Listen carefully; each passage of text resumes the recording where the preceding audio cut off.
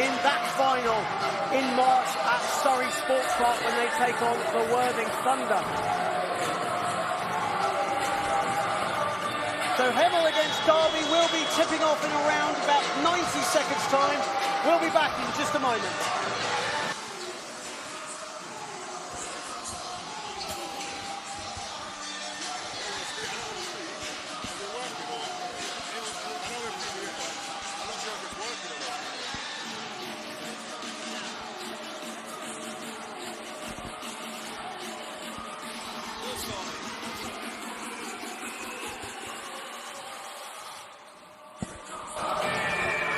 Hello everyone and welcome back to the National Basketball Performance Centre in Manchester. Just overcoming a few technical difficulties, but we are now back, we're live, and it is game time here in Manchester. Will, can you hear me? I can hear you, can you hear me? There we go, we're in business. Fantastic, We are back. So apologies if we had a few technical difficulties, but thank you for joining us here in Manchester. Great to see so many people joining us on the live stream, and we were treated to an absolutely sublime Women's National Cup final between Thames Valley and Reading. Thames Valley getting the job done, their first National Cup win, Will. And now it all builds to this game here. Me and Jason were just speaking about the two teams a bit earlier on, but you have also a personal connection to these two teams as well. Yeah, I mean, I know Taylor. I played with Taylor in the summer, and I know Raheem. I played against Raheem at university. There's a few of the guys that I've played against or played with during summer runs and things. So Jack as well, Jack Burnell as well, sharpshooter. It's going to be interesting today on how Taylor starts the game off, and it's going to be interesting. The bench, I think, is what's going to be the key here. The key for me on the Hemel side is how Akma Davis comes on and his impact in the game, and on the Derby side, it's going to be interesting to see what Simeon Perry's very young, athletic, powerful forward. So it's going to be interesting on how they match up. But I think Malcolm Smith and Taylor are going to be the two to watch, respectively. Absolutely, Malcolm Smith, 28 points, 7 rebounds in Derby's semi-final come-from-behind win at the Worthing Thunder down on the south coast in the first week of January that led them to this point. Raheem May-Thompson and Akeem Silla will jump it up, and here we go. Ryan Brueggemann, Jace Harrison, Raheem May-Thompson, Jonas Dietrich and Malcolm Smith on the floor for the Trailblazers. Akeem Silla, Sam Newman, Seth Schwab, Taylor Johnson and Aaron Rye starting for the Storm. And Taylor Johnson with the rebound off the miss from Malcolm Smith. And it's a key time for me right now as Taylor Johnson dives to the left without the basketball, and he'll come off. Can they stop him? And rightly so, he sets the tone. And there's the first point, exactly how you put it, Jason. Coming off that screen and then rolling to the basket for the open two. Taylor Johnson off the mark for the Storm. Brueggemann on the turnaround jumper, short Rye rebounds. Yeah, phenomenal noise as Taylor Johnson spots up the three. So dangerous period, as I said. Taylor Johnson will come out firing. Aaron Rye's your guy that will carry you in later stages of the game. Can Derby hang in here with Taylor Johnson? And nice shot by Harrison from the foul line. Suave with the rebound, and here is Suave on the ball, the guy who really went nuts from downtown. Here he is again. This is the three on that occasion though, but had 7 for 8 from downtown against Bradford last week in an absolutely crazy game, Will, wasn't it? 29 three-pointers for the Hemel Storm in that game, and Seth Schwab 7 for 8 from downtown. Yeah, I mean, it doesn't, this season with Hemel, that doesn't surprise me. I'm not shocked by that output from them. Johnson goes glass. Looked like an and one. It wasn't though. The key for Hemel at the moment is their transition. They're just getting out and running. And if Derby don't get back and get into position, it's going to be a very long night for them. First time this season that these two teams have met as Taylor Johnson brings the ball up. Here is Newman. Back to Johnson, and they reset. Johnson finds a bit of room inside, and Taylor Johnson now with a chance to have 6 points to his name. Storm up 4-0. And we did speak about it early on in the pre-game that Taylor Johnson will come out and force the issue. Derby Trailblazers having a tough time, especially on ball screens with Taylor Johnson. And as every good scorer does, he'll take himself to the foul line for an easy 2. Great job by Taylor Johnson early on. Taylor Johnson, 31 points against the Milton Keynes Breakers in the semi-final. And what an advert for National League Basketball. Well, Hemel against Milton Keynes, a game that went all the way to the wire with Hemel coming out on top. Yeah, I mean, with Milton Keynes, they've got a really, I think they've got a top to middle starting 5 in that D3 setup there. Got a really great coach in Billy Beddoes as well. Sam Newman, sorry, with the turnover. Great comeback there from Brueggemann, but a foul's been called, sorry. Yeah, as I was saying, with Billy Beddoes at the helm as the head coach, and with the likes of Blaine as your point guard, you're always going to be in good hands. So it was interesting to see how close that game really was, because I think the testing thing there was Hemel's bench was what made the difference for them during that game. So Sam Newman going to the foul line, around 88% this season from the strike, makes the first, and Storm now out to a 7-0 lead. And I love how Sam Newman cut his defender off right there, John, as he just went ahead and took the advantage. And we've seen the evolution of Sam Newman over the years. Seems like he's really comfortable in his own skin with this team now. You know, he's coming in for his second final in a year, and I'm sure he'll remember last year's disappointment, and he'll want to get off to a good start too. Absolutely. Hemel agonisingly coming up short against the Solent Kestrels in last season's playoff final. So for me right now, the ball has to be in Malcolm Smith's hands. He's the alpha male on the team for Derby. You know, he's not had the ball regularly yet, but 7 points down, he needs to come up with some buckets or force some plays. Right. Walks into the brick wall that was Jace Harrison, and a travel has been called. It's quite unusual for me to say that, a brick wall that is Jace Harrison, who's a shooting guard by trade at 6'3", Aaron Wright at 6'9". Just to add on to what Jay said about Sam, I mean, I was watching him during the warm-up. He's deceptively athletic as well. Deceptively athletic. He can get above the rim as well. Sam's someone that I've seen improve a lot over the last few years. So yeah, again, I think with this Derby team, they've got to get the ball, like Jason was saying, they've got to get the ball into Malcolm's hands. If they don't get the ball into Malcolm's hands, their offense becomes really stagnant.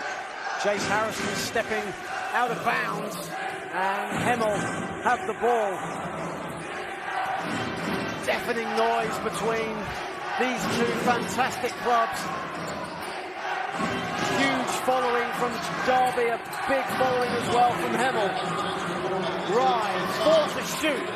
Rye finds a bit of room, and Raheem May Thompson rebounds. Here is May Thompson. And for me, the ball needs to go into Malcolm Smith. I mean, forget the offense, sense the moment. He's posted up twice and not received that basketball, but good shot by Raheem May Thompson. May Thompson with the 3. And Derby finally on the board. Nearly 4 minutes have passed in this first quarter. Newman. Great atmosphere right now. Suave loses the ball, and Derby get the ball back.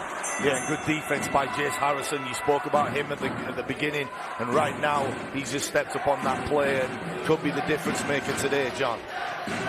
Here is Harrison, of course, who spent last season at Barking Abbey. Now here in the Midlands with Derby. Raheem May Thompson on the catch and shoot. Back-to-back threes for Raheem May Thompson. Yeah, great shot by Raheem. Unlike his papa, he's able to step out and stroke it. Also has the athleticism of Leo Rogers, his father, and a great shot by Raheem May Thompson.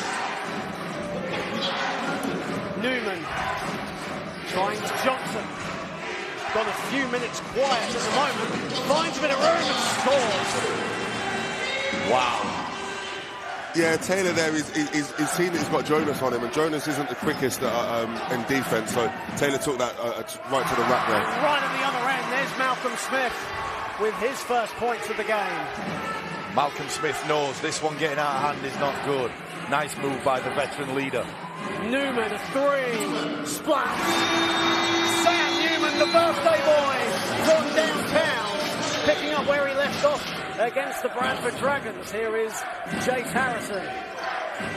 Harrison putting the moves on Newman, and Harrison with the foul. That should be 2 foul shots for Jace Harrison. So, John, I love the commentary you do. I always love tuning in. But, you know, Bradford Dragons is a big thing in my life. And you keep going back to against the Bradford Dragons. It happened last week, Jason. It did. I thought it was a shot. I thought it was a personal shot, John. But yeah, you're right. I mean, how many threes did they make in that game? You should hear what I'm saying about Northamptonshire Titans.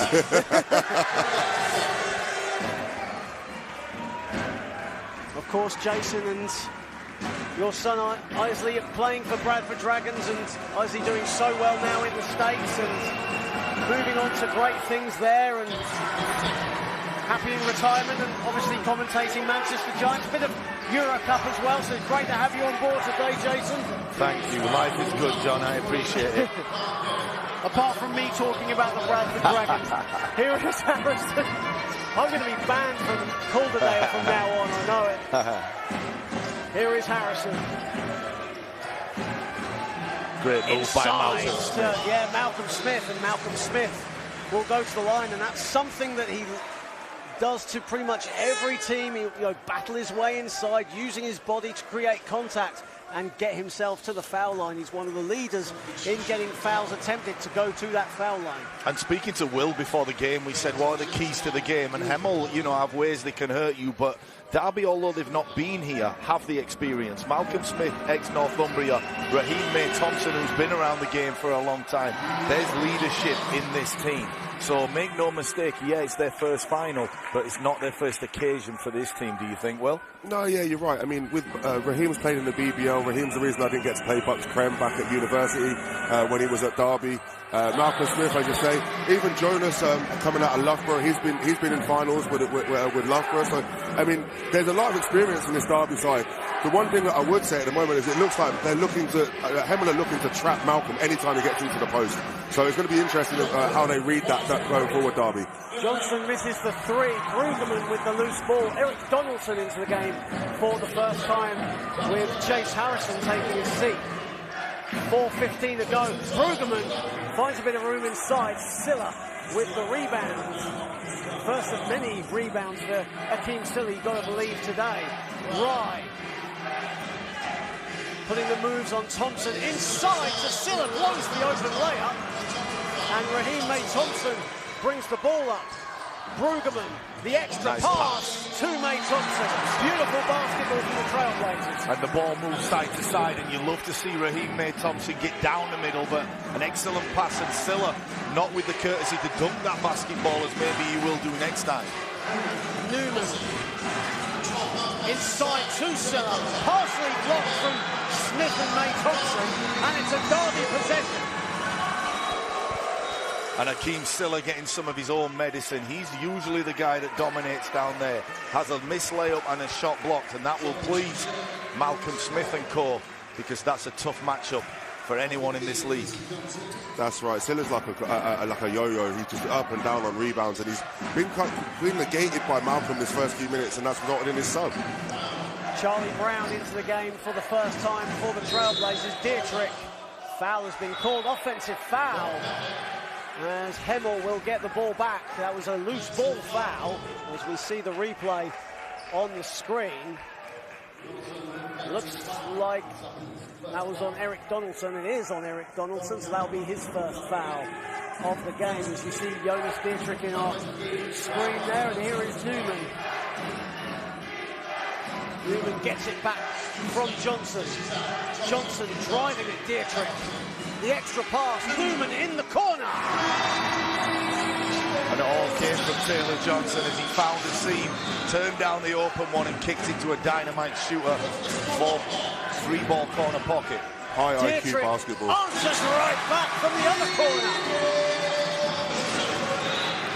We've got a game. We've got a game. The threes are raining here in the Men's National Cup final. Johnson inside to Rye. Turns it over, stepped out of bounds anyway.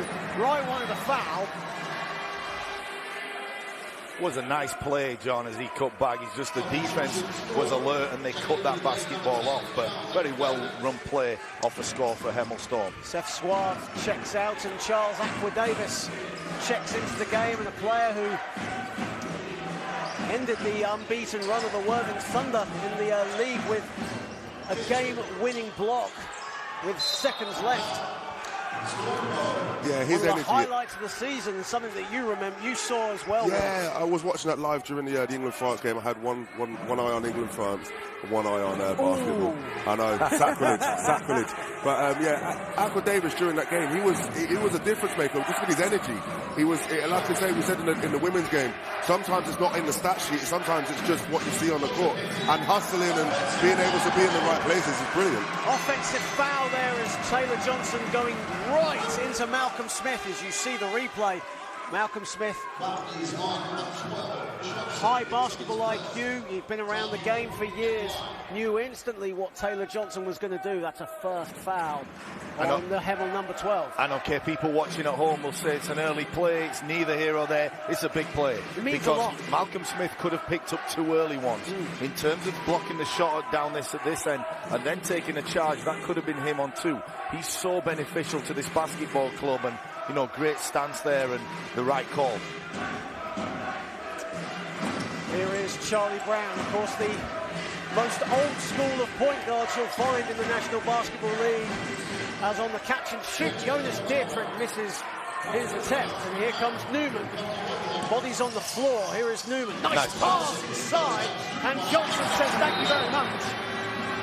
When you go back to Charlie Brown, it seems like he's been allergic to shooting that basketball at times, but you're right, one of the old school point guards who is a pass-first guy, invaluable to good teams. A guy who learned his craft from the late, great Clarence Wiggins, as well as many other Derby players, including head coach Matt Shaw. Of course, a feature on the Basketball England website featuring Matt Shaw and how Clarence Wiggins inspired him to not only continue playing the game of basketball, but take it one step further upon calling it quits. Yeah, great player in his day, John. You all remember Clarence Wiggins and what he did for the sport, especially in Derby. Simon Perry into the game for the first time. Donaldson short with his 3. And Jack Bennell, who's also into the game for the first time. And Taylor Johnson fighting over that rebound. Johnson on the spin. Nearly collects his own loose ball. Good hustle. Yeah, absolutely. And here is Donaldson putting the moves on Bennell. May Thompson. Turnaround jumper override. No good on the follow. And he does all the little things, you know, he's a great addition to this team too. A guy that would not want the basketball every time down and does all the little things to help you win. Derby 6 for 14 from the field as Teo Oyafusi misses the layup. That was good pressure defense from the Trailblazers. Brown turning around on Bennell, the extra pass. 10 to shoot. Brown. And Charlie Brown travels with it. Of course, not a player, as we mentioned, Charlie Brown, not a player who wants to shoot the ball. He's more of a facilitator and ran into a bit of trouble there, Will, and a travel was called. Yeah, I mean, at the moment, it's a little bit frantic at the moment with the subs coming in. It's messed up a bit of the fluidity of the game so far. So, I mean, Jack's just come in, and Simeon on the other end is an high-impact rebounder. So it'll be interesting with these additions, with Jack being a shooter and Jonas's hustle plays. He's just been subbed out, but Jonas's hustle play the last couple of plays down. It's kind of just scrappy at the moment. Newman going inside, driving right into the teeth of Raheem May Thompson, and Sam Newman will go to the foul line. Sam Newman moving on to 7 points already, gets himself to the line. A great start and a really encouraging start for Drew Spinks and his boys in orange. Absolutely, and Sam Newman, after the games, after the junior games yesterday, myself, Will, and loads of other members of the media, players, coaches were sat at the hotel. We were asked who do you think the most underrated player in the NBL is. Myself picked Sam Newman, a player who goes under the radar. When you think of Hemel, you think of players like Taylor Johnson, Seth Suave, and Aaron Roy, but Sam Newman, a player that you feel doesn't get his credits enough. I'd say also you got Teo Olofusi on that basketball team. You know, seems like winning has followed him around. So, you know, Hemel blessed with a couple of those guys. But yeah, I agree. Sam Newman, phenomenal player for Hemel Storm. Raheem May-Thompson, shot clock winding down, and Raheem May-Thompson misses it on the follow. Perry collects it, gets it, and scores it. Goes with high impact, very high impact hustle player. Absolutely, and that will do it for the first quarter, and that basket. And the Trailblazers now lead 20-19 at the end of the first period. For Hemel, only 2 players have scored so far. Sam Newman has 9, Taylor Johnson has 10. Something that really has to change in the second quarter. Derby Trailblazers are led at the moment by Raheem May-Thompson. He has 8 points, but there's greater balance where in their scoring. Yeah, I think so. Or Jason, whatever, I don't care. I'll pass this one on to Will. Go ahead, Will. I mean, yeah, so just looking at what I'm shocked with at the moment is the fact that Ray hasn't put the ball in the bucket. Ray not putting the ball in the bucket in a whole 10 minutes. Derby must be sitting there going, we're doing exactly what we need to do. Taylor's going to get his buckets. Sam chipping in is great for Hemel, but Derby are going to look at it going, what, only 2 of their players have scored? Great. Let's keep doing the same things we've been doing, and let's see how we are at half-time. Derby right now, being up 1 is something they're going to go, right, we've done the first bit, let's go into the second bit, and let's look at what we can do. Especially with players like Raheem hitting early threes, that's going to help them, but also Jonas with the hustle play side as well. Absolutely, and Jason, we mentioned only 2 Hemel players have scored so far. Is that a worry for Drew Speaks right now? I don't think so, and the reason being is Aaron Wright is the closer. He's the guy that can pick it up and understands it out of Dartmouth College. You know, his first year over, he settled in so quickly. He's a guy that can take it on. Hakeem Silla is a veteran player who can also take that on. So, for me, no problems. And while I've got the time to speak, let's mention family traditions out here. So, Raheem May-Thompson, his father, Leo Rogers, playing, and his grandfather, the late, great Jimmy Rogers. You know, basketball is in his blood. And also on the other side, you know, you spoke about different family connections, and, you know, Mike Darlow, the assistant coach, and Steve, his father. It's the web that we're all involved in, which is English basketball. And this is British basketball. It's the community, and it's almost passed on from generation to generation, isn't it? Yeah, it is. Of course, you've got a little generation going yourself as well with the Swain household. Hakeem Silla with his first points of the game, and the Storm retake the lead. Yeah, and like we said in the timeout, there he goes, Hakeem Silla, and watch for Aaron Wright to join the party sooner or later. Smith. Inside to Donaldson. What That's a great beautiful. cut. And how well did he move it out the basketball? Son of Dip Donaldson, taught to play the game the right way, and how good was the cut from the baseline? Johnson, what a pass at the top. Oyafusi misses the layup, and Brueggemann comes up with it. Here is Donaldson back on the ball. Harrison nearly travelled with it, finds himself open and scores. And a tough shot because he was surprised to be open, so he didn't think score coming off the foul line, and tough shot as he reloaded and canned that one. Both teams shooting around 40% from the field so far in the early stages of the second. Johnson, Oyafusi, the extra pass. Swan strings a 3. Good ball movement there from the Hemel Storm. Ooh. Jace Harrison, Brueggemann, along with his 2. Of course, Brueggemann, who didn't have the best game in the semi-final. Again, well, actually, no, he had a good semi-final, against Worthing, had 12.7 rebounds, 8 assists, but a player that can drop below the radar, but comes really clutch in the fourth quarter, Ryan Brueggemann. He does, yeah, and I'm glad you didn't say he played well at Bradford. However, I wanted to say it. He's been a constant for this Derby team, and speaking to, you know, great referee Roger Harrison before, he speaks very highly of players only on occasions, and Ryan Brueggemann is one of those guys that's been consistent for a long time now. A player whose dagger 3 sealed them KitKing Trophy last season for the Trailblazers in Sheffield. Here is Rye. Johnson putting the moves on Donaldson, goes glass beautiful. and foul. And it's beautiful, the body control and the composure to keep his eyes on the basket when he got the contact. What a beautiful play by the ever-impressive Taylor Johnson. Yeah, Taylor's known for being able to finish and ones. His body control and the ability to finish and have a soft touch there was really, really nice. One of the best off-the-ball movers in the NBL, and as you said, well, one of the best in the NBL also at getting contact and still scoring under that contact. And as you saw just there, absorbing it all, and now he goes to the foul line. Game tied at 26. And already can make his tally to 13. You know, some guys finishing with 13 in the game be more than happy. He has 13 already early on. Of course, last time Taylor Johnson was in this venue, he scored the first 13 points for Hemel against Solent in the playoff final.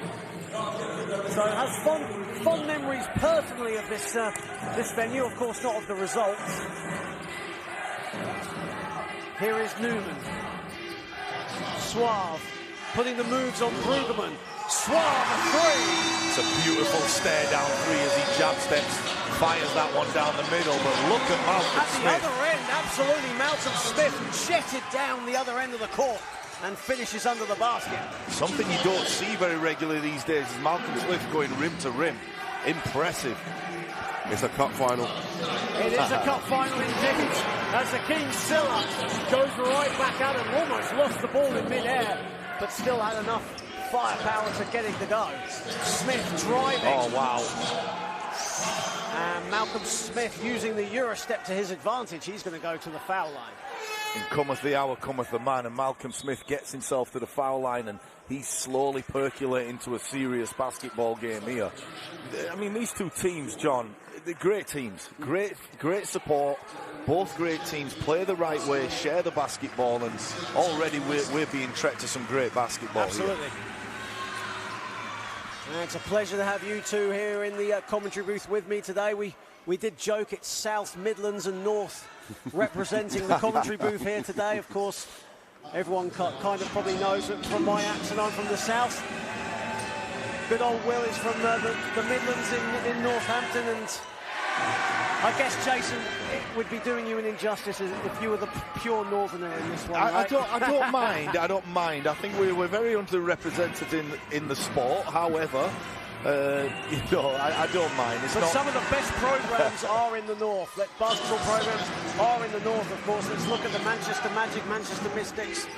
You've got Calderdale Explorers, Bradford Dragons, of course, doing well in NBL 1 right now. There's a lot of talent in that league, and of course you've got Myers Co as well coming through in their academies and doing well in Div 2. There's a lot going on in the north right now, and it's a lot to be proud of. You're exactly right, John, but I think it's exciting to be involved in the game. I'm fortunate enough to commentate on the BBL games, and you know, that league is starting to go through the roof, but so is this one, and it will follow. We've got players that are right there, as this guy shows, that could be BBL players, and there's so much good happening in this league also, so it's good to see. Here is Brueggemann. I mean, we just missed Malcolm just picked up his second foul, so that's going to be interesting to see how they manage the next 6 minutes without him, Derby. Newman in transition. Timeout, Matt Shaw. And the Hemel Storm have raced out to a 34-29 lead. And Hemel, like you said, Will, getting their points in transition. We just saw it there, and as a result, a 5-point lead. Yeah, for sure. I mean, transition is always going to be something for Hemel. They're so quick out of the blocks. I think it's maybe something that Darlow's definitely helped with as an assistant to get them out. I know Hertfordshire, when I saw them play against our seconds, they were very much get the rebound and go. Let's get out and run. Let's beat them down. Let's beat the defense down the floor. Let's get easy buckets, and then assess if we have to go to the half-court game. So it's been really impressive so far for both teams. But yeah, if Hemel in transition, if Derby don't get back in transition with Derby, it's going to start turning into a long day for Derby. But on the flip side, Jason, Derby is shooting 45% from the field, 3 for 8 from downtown. Nothing to be ashamed of right now. Of course, we're still in the early stages of the second quarter. So, you know, a good timeout there from Matt Shaw and just to calm things down. And Matt Shaw was a player himself, so he knows the occasion. And as we see Taylor Johnson strip that basketball and Sam Newman sends it south on the dunk, we know that that's a momentum changer. So, yes, you're right. Derby have come in, the dust has settled, and they've been good. They've shot the ball well from outside. They've got the ball to their key players, and you know, I think both coaches will be happy at the start right now. Here is Brueggemann. Perry back to Brueggemann.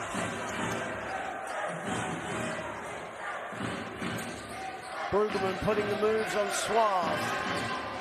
Raheem made Thompson on the catch and shoot. That's off right, but Dietrich with the offensive board almost turned away when he shot that. Ball doesn't want to drop there as Seth Suave gets the loose ball. And away come the Storm in transition again. Johnson battling his way inside. Rye on the follow. Good defense there from Harrison, and the foul's been called. Perry got the block in, but a foul called. I think that might be on Simon Perry. Yeah, it looked like it was on the body. Looked like it was on the body. He's not happy about it, but I think he got the block, but I think it was the jump forward is what they're calling there. Aaron Rye, and it was good hustle there from Jace Harrison as Aaron Rye got the loose ball and almost was wide open to go for that shot. But Jace Harrison made sure he made it as difficult as possible, adjusting himself before Aaron Rye put that short hook up. And now he's at the line, makes the first. I'm quietly impressed with Aaron Rye and his demeanour. You know, could have come in here being one of the main guys in Division 1. Could have come in here and looked for every shot. He's been patient, and he knows his time will come down the stretch. Averages 21 points, 10 rebounds a game so far, leading the team in both categories.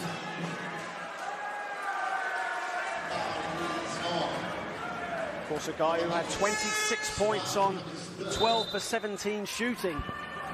And a big call there. Seth Suave will have to take a seat. 3 fouls for Seth Suave, and that's a huge deal for the Storm as Charles Aqua-Davis checks back in. It is, because a lot goes through Seth Suave. We speak about Taylor Johnson's movement off the ball, and Seth Suave is the guy that is the pass guy. So, you know, big play to put him on 3 fouls.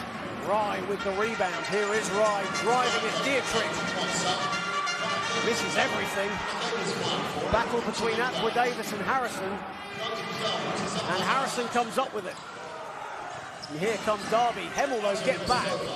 Harrison, a tough layup attempt. Gets the ball back off Newman. Brueggemann in the corner, wide open. And a rebound again by Rye. Aaron Rye now with 3 rebounds. Oh, nice move. Great nice move. move inside. Great move. Finding some room and making it count. Classy move by Aaron Rye as he puts that ball with the English off the glass. Lovely play. Raheem May Thompson over Rye. Too short. Another rebound for Rye. 4 points, 4 rebounds for the Hemel number 21. Look for Hemel to run the same play they ran off the first play of the game here. Get it into Taylor's hands. And there it is. Johnson a 3. Splash! Hemel are rolling right now. And the dangerous thing is for this Derby Trailblazers team is this game is in double figures. However, the blessing in disguise is that number 8 for Hemel is on the bench. So I say that because trying to get back in this ball game is a tough ask if you have someone that can control the game. So Derby, all is not lost. If they can get this within 5 going into half-time, they have a good shout because of the foul trouble at their point guard. And a good timeout, as Jason alluded to, a good timeout, well, as it's getting away from Derby just a little bit, trailing by double figures. But there is a positive. Seth Suave in foul trouble, absolutely. But a good timeout for Matt Shaw at this stage. Yeah, I mean, he's got to stop the bleeding somehow, right? So, I mean, stop getting a timeout in now and getting to gather your players, reassess, look at what's going on in that. He's going to tell them, you have to be back in transition. If you're not back in transition, the same thing's going to happen because Aaron Wright lives for transition. If he can get the ball and dribble to the rack in transition, it's either a foul or he's scoring. So they have to get back on defense, and that's what he's going to be saying now in the timeout, Houston. get back on defense, cut off the transition buckets, and let's grind our way back into this so we can get to halftime, and then we can get Malcolm back in the game, and then we can go again. He's got to stop the bleeding, and that stops with them getting the stopping transition. Hemel has scored 5 points in transition so far. Truthfully, thought it might have been a little bit more, but I'm not a statistician, I don't know. But either way, Hemel leading by double figures, 4:26 remaining in the half. Derby with their back to the wall, but they've been in these situations before. They were down by double digits against Worthing in the Cup semi-final and came back to win, so they have the character and the resolve to turn this one around. Dietrich a 3. Charlie Brown was fighting for it, and it'll be a Hemel ball. But it's a good shot by Derby, as both Dietrich and Brueggemann need to join this party offensively. Brueggemann coming out of the timeout, looking up at that scoreboard, knowing that he's scoreless right now. That has to change for me, at least going into the end of this first half. Johnson driving and scoring. Right now, everything going the way of the Hemel Storm. 15 for 28 from the field so far. And as we see, Malcolm's back into the game. And the thing is, I mean, I would say get a switch for Taylor on defense, but here he is. There, sorry, as Taylor Johnson goes all the way in transition. I would say get a switch for with Jonas on Taylor, but at the same time, who else are you going to put on him? It's one of those things. Taylor literally is in this D1, in this NBL D1. He is pretty much unguardable. Brueggemann off the back iron, and Jalen Johnson again with the rebound. Right now, everything going the way of the Storm, and the execution for Derby just lacking a little bit. Here is Rye. Putting the moves on Smith. Rye. No good with his three-point attempt. Brueggemann was fouled by Aqua Davis, who nearly jumped right over the 6-foot Brueggemann. And a late call by the referee, but the right call, and that's what you want. And these referees have, gone under the radar this first half. They've been more than impressive. That's gone under the radar, but it says a lot about their kit. But something else, I tell you. This will take me a while to get used. It's a good kit as well, but it'll take me some getting used to, as I'm too used to seeing grey on the officials. There he is. Blocked. I believe that was Oyafusi with the block. Newman, a wide open 3, gets it to go. Hemel Storm are rolling. 6 for 13 from downtown for the Storm. A little bit of a breakdown in communication, as Raheem May Thompson thought that there was a timeout, heard a noise coming from the scorer's table and threw the ball to the referee. Goes out of bounds. Tough break for Derby Trailblazers. It's a 19-point lead for the Storm. That timeout almost null and void, as Hemel have come out firing. And an offensive foul called, so some respite there for the Trailblazers, who really need to get going in this second quarter. So far, Hemel have outscored the Trailblazers 26-9 with 2:41 remaining. Oyafusi with his first foul on the offensive end. Here is Brown. Raheem May Thompson.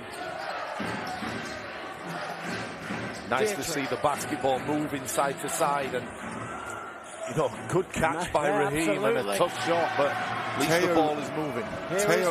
Here is Newman, the alley-oop. Johnson with the finish. Beautiful play. We saw that one from a way off. Great play and a nice pass by Sam Newman. If you watch now, Teo's doing a really good job of getting Malcolm off the ball as commentators curse, he pulls up a foul. And that is one of Malcolm Smith's absolute trademarks, turning around, absorbing the contact and getting the shot off at just the right time, as you see the alley-oop from Newman to Johnson. Poetry in motion from the Hemel Storm.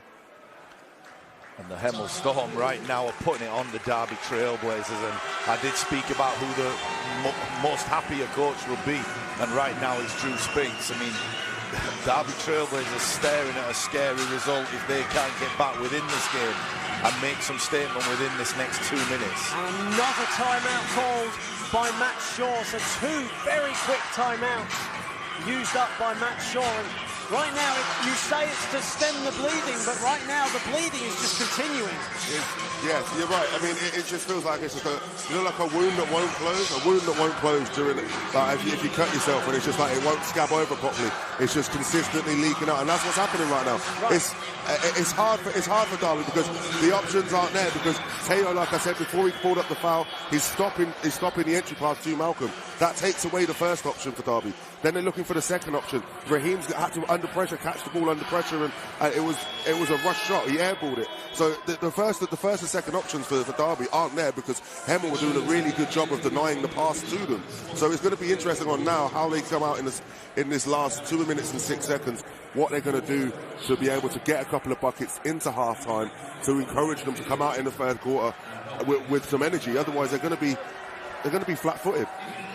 So welcome everyone if you've just joined us to the Basketball England YouTube channel. Great to see so many people joining us for this Men's National Cup final. Of course, the Derby Trailblazers trailing the Hemel Storm 50-29, and the old school basketball fan in me nearly said Derby Storm. Of course, Hemel, there is a storm in here today, but it's all Hemel right now, and the Derby Trailblazers,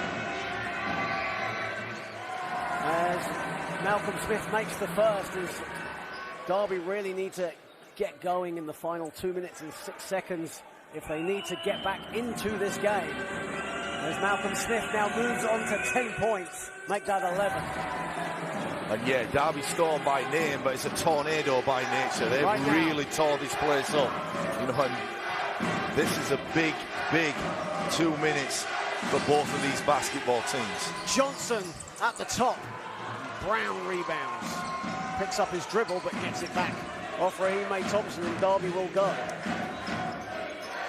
Inside to Smith, that's a nice pass. Agonisingly short. Another rebound.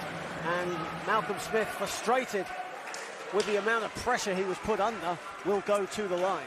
And I'm not a referee, and neither do I want to be a referee. However, you have to admire that they haven't teed Malcolm Smith up, because yes, he was fouled. It's a foul. And yes, it's emotional, but they don't make the double mistake of teeing him up. While I've got the floor, speaking of referees, Roger Harrison, he's going to ref 3,000 games at the weekend. It's my goodness. 3,000th basketball game, 174 in European competition. I remember when it was myself and David Tintin Watts, we were commentating. It was during the COVID season, so it was all games were behind closed doors. We were calling Nottingham Hoods and Leicester Warriors, and he actually went to Tintin and actually said, I'm going to be calling my 3,000th game before you know it. It's only taken him 2 years, but he's got there now. What a great referee. And one of the best. Yeah, one of the best, and also one of the best people as well. A great guy, Roger Harrison, and hats off to you, sir, on your 3,000th game.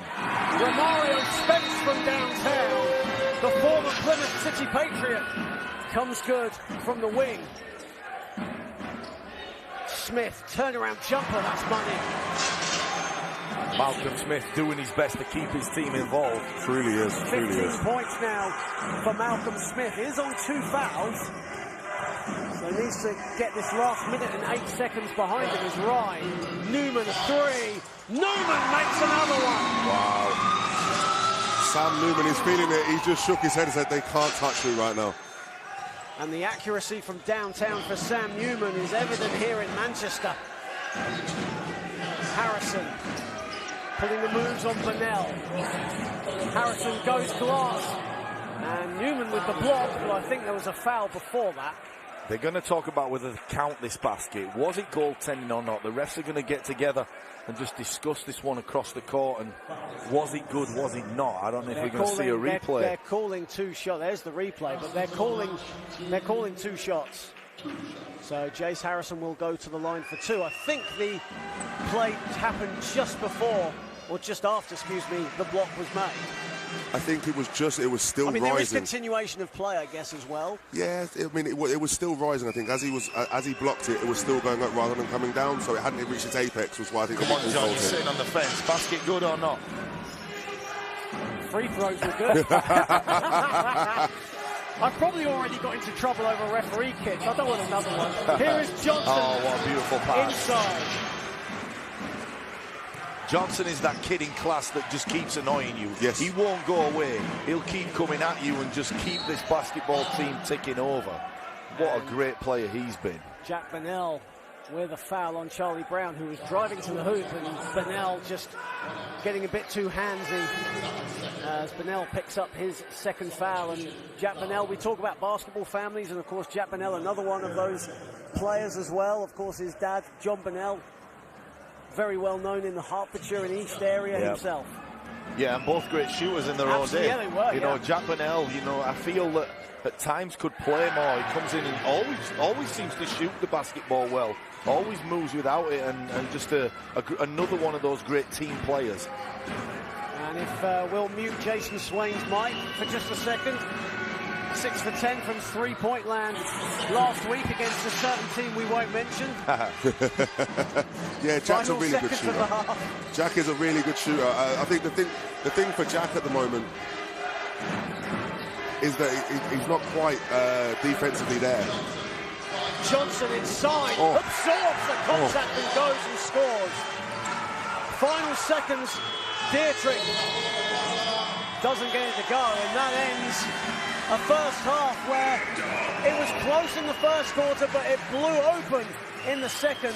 Hemel Storm lead 60-38. Taylor Johnson with 26 of those points.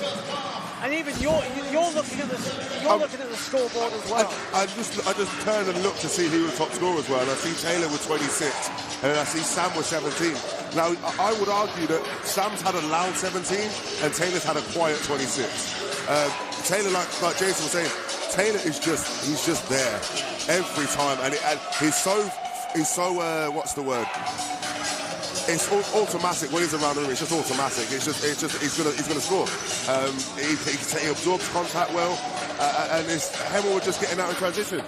Derby needs to stop the transition buckets from going in, and they need to get themselves set on defense. And right now, Malcolm Smith leading the way for Derby with 15 points, and it's been a tough second quarter, I know, for the Derby Trailblazers. What will Matt Shaw be saying, Jason, in the locker room? Well, as a coach, this is a tough one because you guys are not doing certain things right. For me, 60 points in a half is unacceptable. However way you look at it, you know, we need to toughen up defensively. On the other hand, you have Malcolm Smith on 2 fouls. So you don't want to totally put the flames out on this basketball team. However, you know, 60 points is just not good enough to get it done.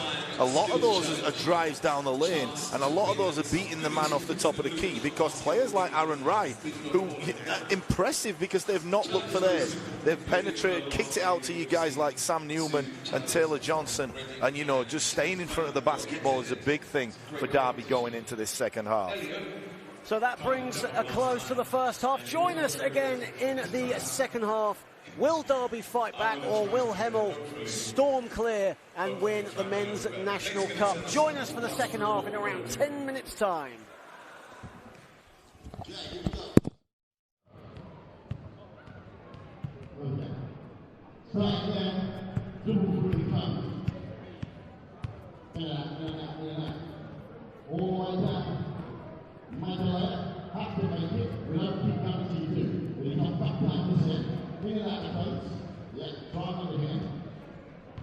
All the way to the foul line.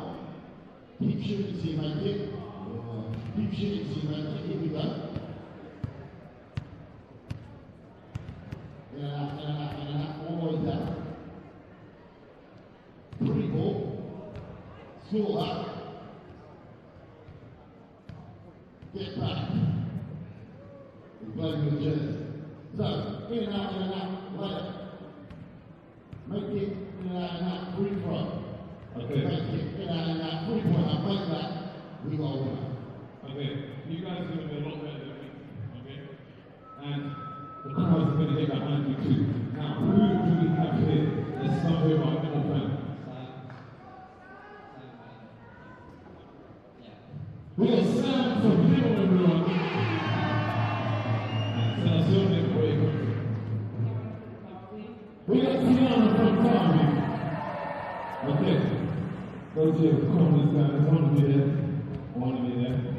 Make sure you cheer on the kids. I'm exhausted. Okay. Right, let's go. Okay. Tiana's with the lead. Tiana's right. Leon, let's take my record. Let's go. Come on, make Sinister, let's go.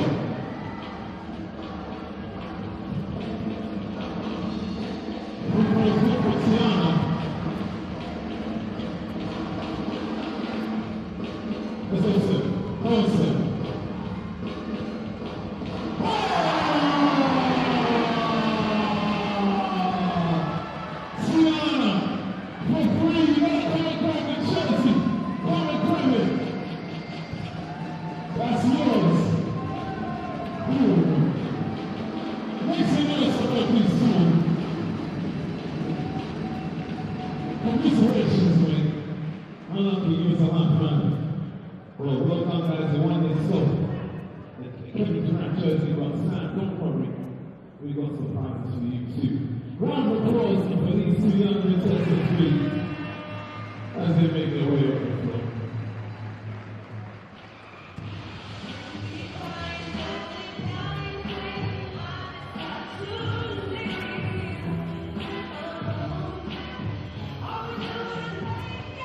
What we like to do today. Hemel may have won the first half, but Derby won the half-time competition. Time to turn the tides.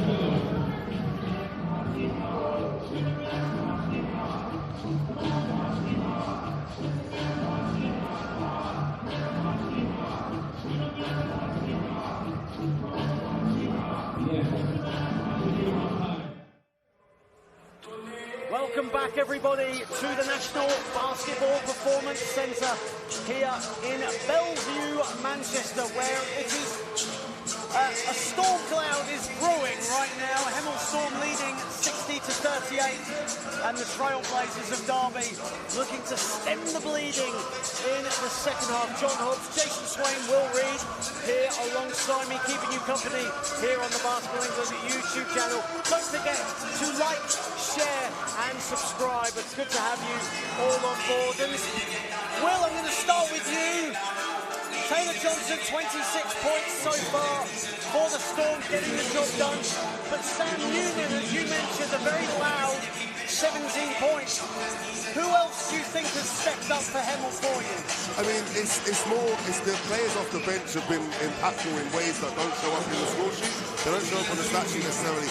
But Axel Davis's defense, I think that with Swart coming off, that's been a big selling point. But then Taylor steps up again, and Sam steps up again. I think with Ray's just a consistent play. He's just consistent. He doesn't have to score, but he's such a threat that Derby have to pay attention to him, which opens the game up for the rest of the guys. Absolutely. Jason, going for you. For Derby, what went wrong in the second quarter for you?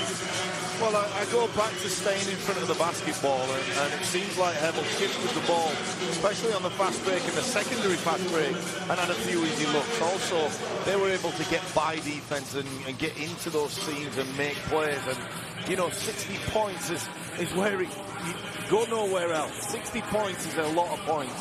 We're looking at a 120-point game for Hemel. So, you know, staying in front of this ball is one thing. As Hemel was just on a tear as well. That didn't help. Majority of Hemel games this season have gone to the 100 mark. Sam Newman staring us down a little bit on the commentary table there. As the third quarter begins, the game faces on. Here is Brueggemann to start the third. Derby with it all to do. Here in the Men's National Cup final. Smith puts a body on Silla, and Silla with the rebound. A good idea to go into Malcolm Smith early and establish some post moves with him, and you know, let's hope he can get going to get this one closer. But Taylor Johnson again reminding Derby, I'm not going anywhere. Here is Harrison.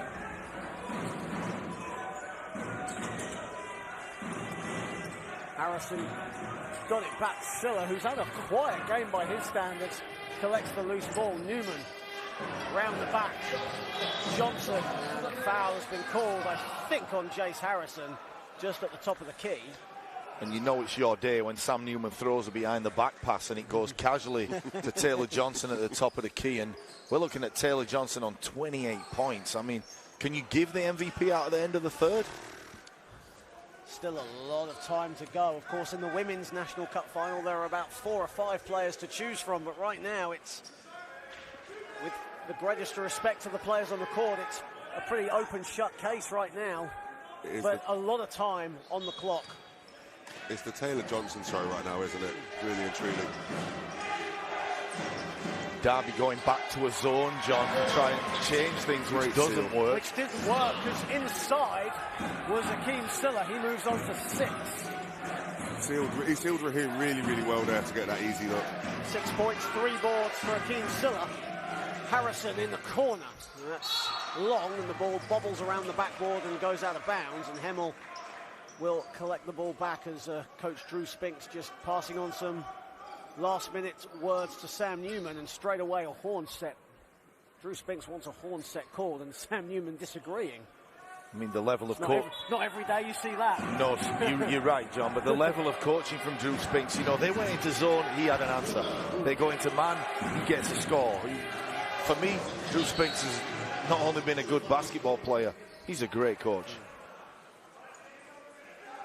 Yes, Sam's feeling it today. His whole aura has been, this is my show, this is me, I'm winning this game. He's let guys know as well when he's hit his shots that he's here and he's here to stay for the rest of this game. But it'll be really interesting now with this zone defense that that they set up Older back into a man. Here is Rye. Euro stepping his way, but was a bit out of control. Collects his own board, but steps out of bounds. So Derby get a bit of breathing space and get the ball back. Here is Brueggemann, still yet to get off the mark in this game. Derby fans still in good noise, along with the Hemel fans as well, clad in orange. Dietrich for three, puts it in. And it's a big shot because Dietrich and Brueggemann, somebody needs to get going for Derby to have any chance. One of those guys needs to catch fire, and Dietrich coming up big with a nice three-point shot. Most definitely, most definitely. That 1-2 punch of Brueggemann and Dietrich hasn't got going at all during this game. Here is Rye, driving inside, blocked by May Thompson, still has it, and Johnson picks up the loose ball. And he moves on to 30 points as he has the easiest of buckets. Probably he'll get all night. A tough break for Derby. The majority of Taylor Johnson's points have come inside, and 12 for 14 inside for Taylor Johnson. And already an exhausting mental game for Derby as Brueggemann shakes his head and feels like there's nothing that will go down, and they just need 2 or 3 minutes for somebody to go off. Derby shooting 30% from the field as opposed to Hemel shooting 60%. Dietrich nearly got a second three in quick succession, but Smith picks up the loose ball and scores. Great job by Malcolm Smith. You know, Dietrich coming up short. Malcolm Smith, I've got it, buddy, as he puts it back. Rye driving inside to Johnson, looks for Rye again. The open man is Suave, who is off right with his three-point attempt.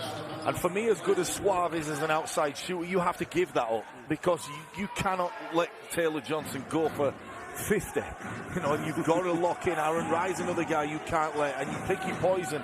You have to give something up, and for me, that's not a bad shot for Derby to give up. Suave, who was over 50% from downtown last season when he played in Georgia, struggling here today, as Dietrich at the third attempt will go to the foul line. Yeah, Jonas is one of those players that he's good on both ends of the court. His defense is picking up Rye now on defense, and he's able to get his body in front of him and cut off that lane to the basket. So, and then again, you see there the hustle there to go up a couple of times for the rebound. He's annoyed at himself for not getting the and one, but hopefully now he'll make both of these free throws. As Dietrich just about gets the friendly roll for the first one, and Dietrich, of course, who spent many years at Loughborough and earned his trade there, of course, before coming to Derby. Won the Division 1 league title with the Riders as Malcolm Smith misses on the follow, and here is Suave.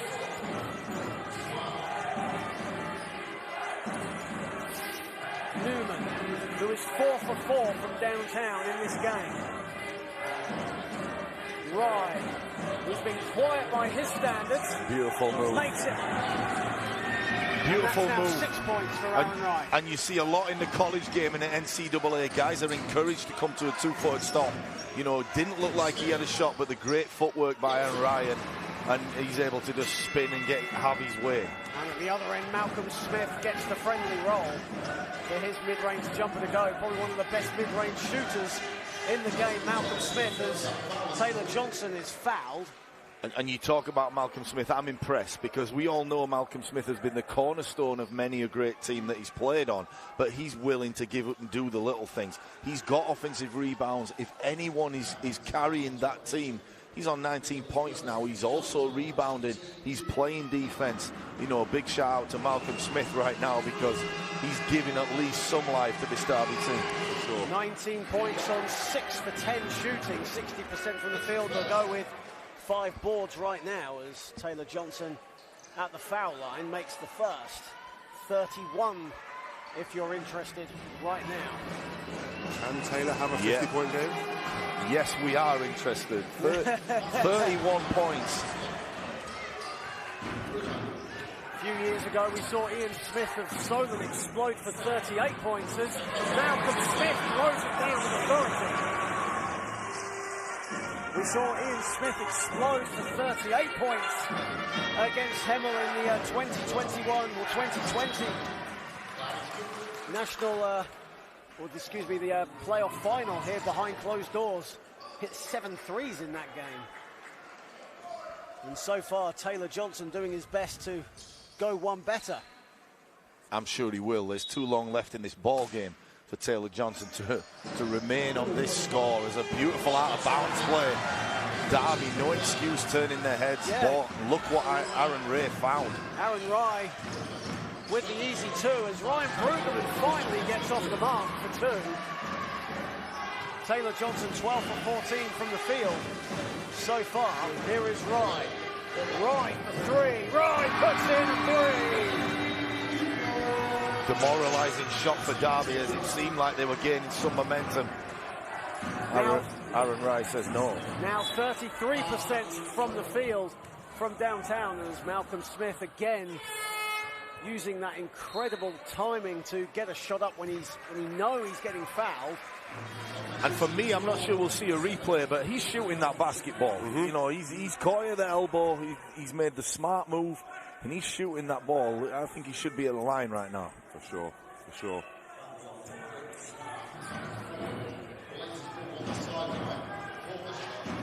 Derby still have the ball with 10 on the shot clock. Brueggemann wide open 3, no good. Smith on the follow misses it as well. Derby player did fall to the floor in a heap. I'm not sure as to who that was. Newman misses his first 3-pointer of the game after 4 attempts.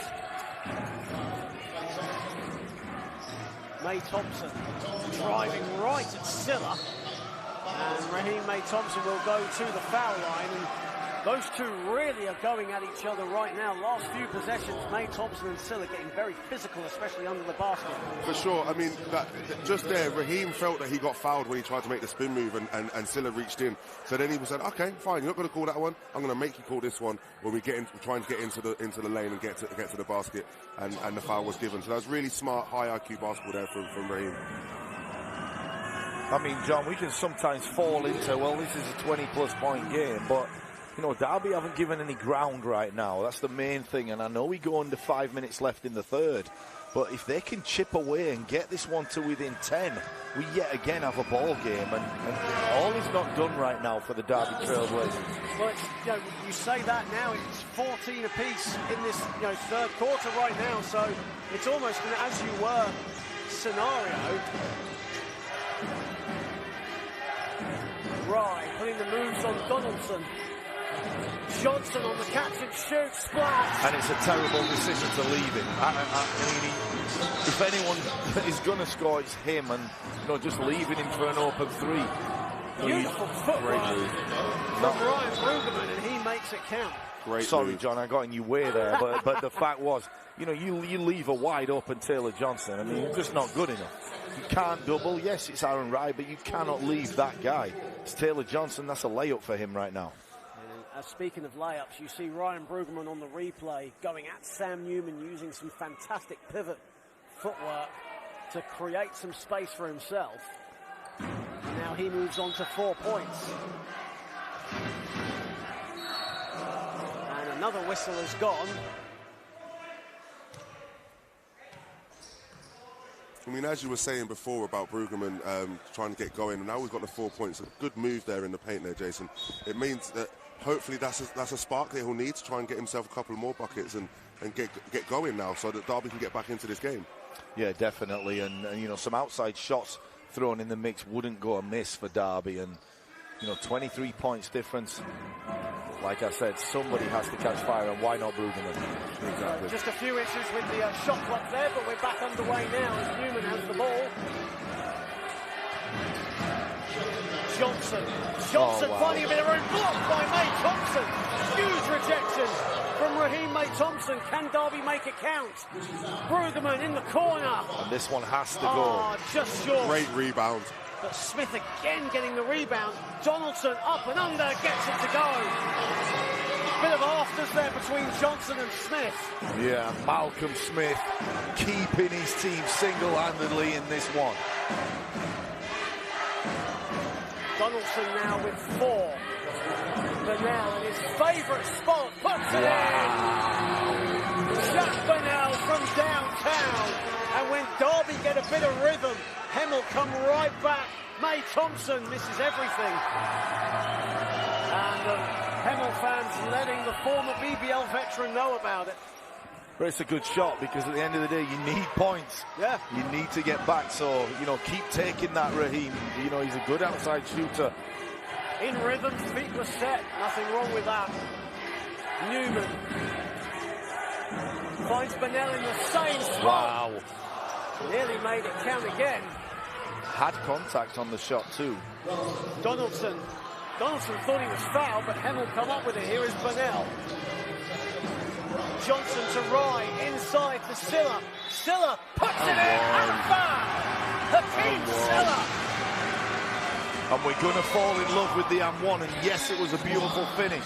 However, great unselfish play, as you see on the replay.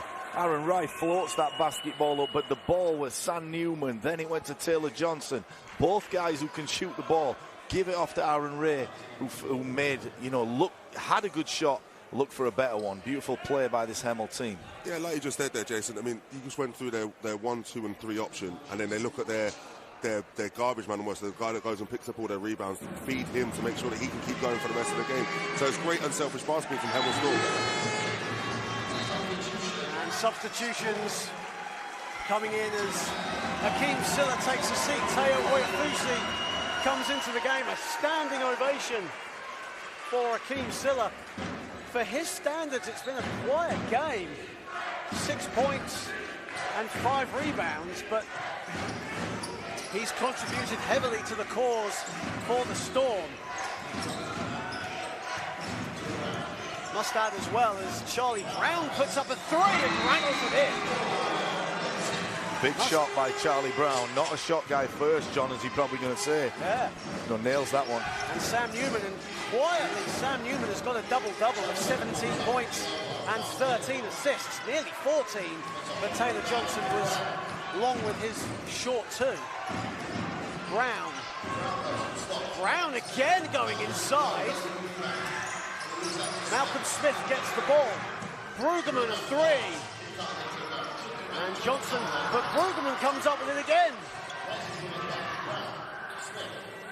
And Donaldson can reset for Derby. Donaldson goes glass. Almost reminiscent of Dip Donaldson there. Yeah, whatever happens, you know, credit this Derby team. They're still fighting.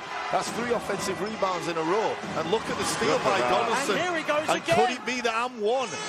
He was looking for the contact from Rye, but Rye decided to let Donaldson have that too. And a timeout called by Drew Spinks. The gap is 20 with 1:26 remaining. And it seems like a lot, 20-point gap. However, we've seen it many, many times over the many years we've both been watching and playing basketball. It's still everybody's game, and there's still a whole quarter to play as well. And Derby really getting ahead of steam, aren't they? Yeah, I mean, this is now where Derby need to fight, and Malcolm has shown that from the start of the 3rd quarter.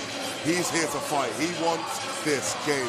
He wants to be able to get back into this game, and he's working. He's put a couple of shots in, but his hustle on offensive rebounds is fantastic, which is leading to mistakes by the Hemel Storm. Just there, we just saw just now, we were speaking about Brueggemann, and we were speaking about Charlie Brown. Charlie Brown, when I spoke to Jonas during the week, he said Charlie Brown for Derby has been an unspoken hero. So it'll be interesting now to see if his hustle plays will then cement in some buckets. And just before both teams come onto the floor, big shout out to the NBL Live sponsors for today's National Cup Finals weekend. Wilson Sports Serve, Dynamic Sports England and Shortcut, bringing you all the action here in Manchester and NBL and WNBL Live throughout the season. 1:26 remaining in the 3rd. An incredible atmosphere here today. In fact, there's been an incredible atmosphere all weekend. The juniors started it off with 4 incredible games played throughout the day here, and it's culminated in the 2 senior finals here as Oyafusi gets it from the wing and misses. Here is Donaldson.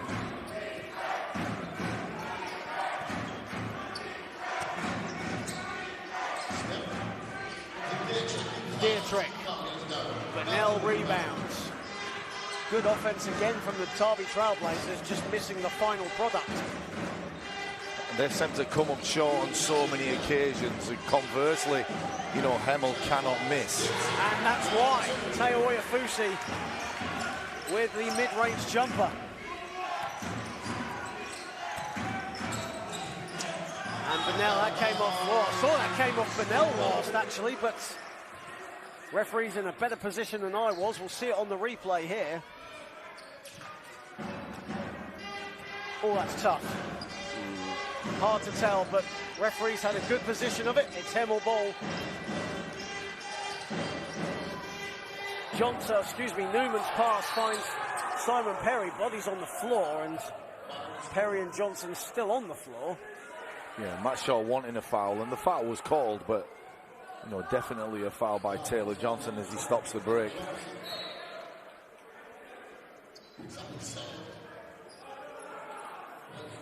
Matt Shaw now just having a quick chat with the officials.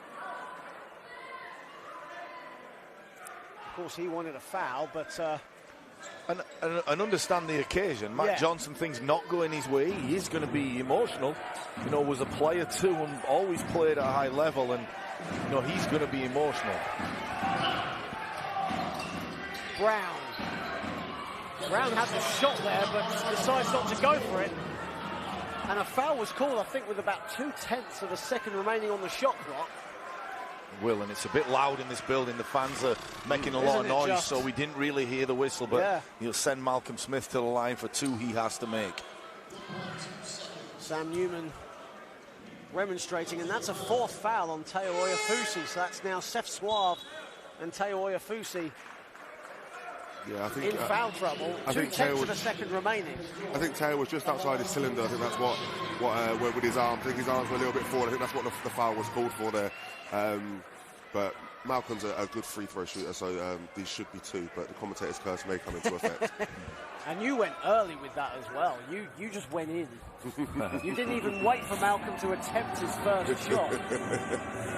So usually having your point guard on 4 fouls right now would be an issue, but you know, Derby are not really a full court pressure team. They're not a team that will pick up full court, and they usually play you in the half court. So it won't really be a problem to Hemel, and Taylor Johnson handling the ball. Sam Newman too. You know, it doesn't seem like that's going to be an issue going down the stretch. And even though the shot clock and the game clock had expired, Sam Newman just thought, why not? It's my birthday, I'll do what I want to. Misses the heave, and that ends the 3rd quarter, where the Storm lead by 20, 85-65. We saw glimpses, though, Jason, of how good Derby can be and how much they can, you know, how much they want this. But Hemel right now, it has to be said, comfortably ahead, but there's still a long way to go. So yeah, better from Derby in terms of, yes, it's only a 25-point quarter, but still it's a 25-point quarter. You know, it's just Hemel have shot the ball so well. They're now in a rhythm, so you can expect them to keep shooting the ball very well. Derby have come to the party and met them, but you've given yourself a lot to do after half. But 10 minutes left, 20-point game. It's not insurmountable, but the first 2 minutes is the ball game right now. Absolutely, and you know, we talk about how Hemel couldn't miss in this game. They're the leading scorer, they're the leading field goal percentage in NBL Division 1, shooting around 56%, which is absolutely insane when you think about it. Derby not too far behind, but nowhere near that area. I know it sounds like an oxymoron in a way, but it's, you know, it just shows how much Hemel execute and how well coached they are and how they go to every play, isn't it? I mean, yeah. I mean, the thing with Hemel is their options. All of their options have been, when it's a 3-point shot, they're open. they're open shots, they're easy shots for them to make. Taylor's had a couple from the top. They've had a couple jack in the corner. Jack in the corner is like a layup. It's gonna drop, and if it doesn't drop, it's under pressure. So whereas with Derby's quite, when they've had their 3-point shots been under duress, they've had a hand in their face. So that's been the difference so far. So Taylor Johnson with 34 points, leading all scorers right now for the Storm. Malcolm Smith with 23 to lead Derby. The scary thing for me, John, I mean, we look at, legacies that have been imprinted in this game in Division 1, and you go back to Teesside, the late 99, early 2000s that, for 4 years dominated this league. Solent did the same thing over a period. I'm sure there's been other teams that, do Hemel have that capacity to do that? This is a young team. Absolutely. There's been a sort of a dynasty in most generations. Of course, you talk about Teesside. Obviously involved in that was Solent. Worthing were also in there, and you got the Manchester Magic as well. Hemel looking to create their own dynasty here today. Of course, top of Division 1 and on their way to National Cup glory, but there's still 1 quarter left. I seem to remember there was a certain young Jason Swain on that Teesside Mohawks team alongside the great Ralph Bucci and E.J. Harrison, if I'm not mistaken. Yeah, and it was fun playing on that team. But, and you mentioned Manchester Magic. They were in the mix too. They had 3 or 4 years where they dominated. And, I just want to do the Hemel Storm have that capacity. They're a young team. They have veterans. But Aaron Rye, first year out of college, Taylor Johnson still many years to come, and Sam Newman also. And the core of their scoring can be on display for years to come. Battle under the basket there as Smith misses the layup. Johnson gets it to go, even though he was under pressure from Jonas Dietrich. I'm not impressed with Taylor Johnson in this second half. He doesn't have that many points. I'd take him out, John. I think Taylor's going for 50 today. Only 2 points as well in the 4th quarter. It's not good enough. That's disappointing. Charlie Brown really feeling it from downtown or from the field. It's his 5th field goal attempt so far. Suave to Rye.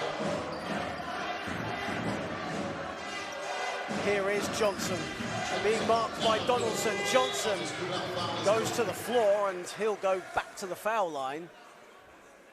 36 points for Taylor Johnson so far. So 40 points is not out of the question. So his 3rd trip to the foul line this game, and any good scorer knows getting to the foul line is essential to keep those numbers ticking over, and he can do that. He's savvy, he knows the nuances of the game. So he moves without the ball, he shoots well, but he gets to the foul line, and every good scorer knows that's where it's at. Yeah, I mean, Taylor's 12 for 16 from 2. He's 2 from 5 from 3. It's just a consistent shooter, and he finishes well around the rim, as I've said before. So these now is like free money for him at the line. Yeah, Mr. Efficient. Exactly that. What's amazing, though, when you look at it, is he's got 38 points right now. Not even in the top 10 in scoring in the league, Taylor Johnson. Aaron Rye, of course, leads the Hemel Storm with 21 points a game. It's an incredible little statistic there, but on course for 40 points right now as Smith drives inside. Great move. At Silla. Great move. Give Malcolm Smith some respect. He's the guy that has kept going and going and going. Love to see him play. And that's just who he is. That's just his game. As Aaron Rye goes inside and a foul. It's a late whistle by the official, but Aaron Rye will go to the line, as you see here on the replay. And I can understand, as you see Aaron Rye finishes the play, yes, it is a foul, but Malcolm Smith and both Matt Shaw are not happy because at the other end, there's a lot of contact too, and it seems like as Malcolm Smith's gone to the basket, he's been hit on various occasions, has not been called. So, not only are they down, they've had a few things not go their way as well. Yeah, for sure. I mean, as a big man, I feel for Malcolm right now because he's big and he's wide. It's one of those things that the contact, they're kind of not calling it because it's going both ways, whereas with Ray is long and when he's going to the rack, the contact's a little bit more obvious for the referees to call.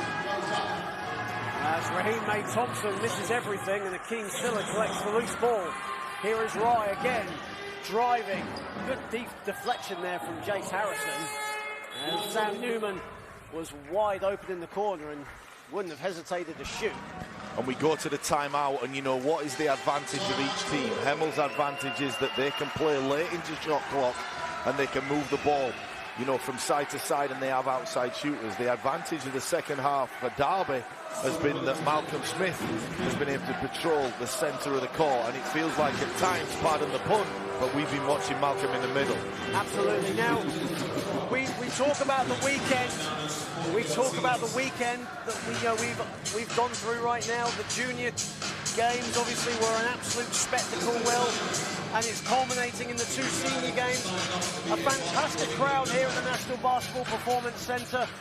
And there's just something magical about National Cup finals. This is your first one. Me and Jason have, and I know I sound really old when I say it, but been there, seen it and done it, and still enjoy it year after year. But for you, your first National Cup final, what's the experience been like?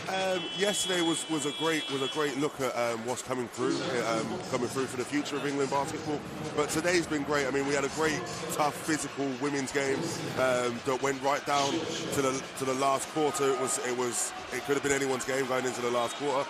And then today, I mean, getting to watch these two really good D1 teams put it all out there. I mean, as we said, Malcolm's kind of like carrying the load and put Derby on his back today. But watching Hemel and the fact that they've got not just one, not just two, not just three, but they've got 4 or 5 options on every single offense down the floor.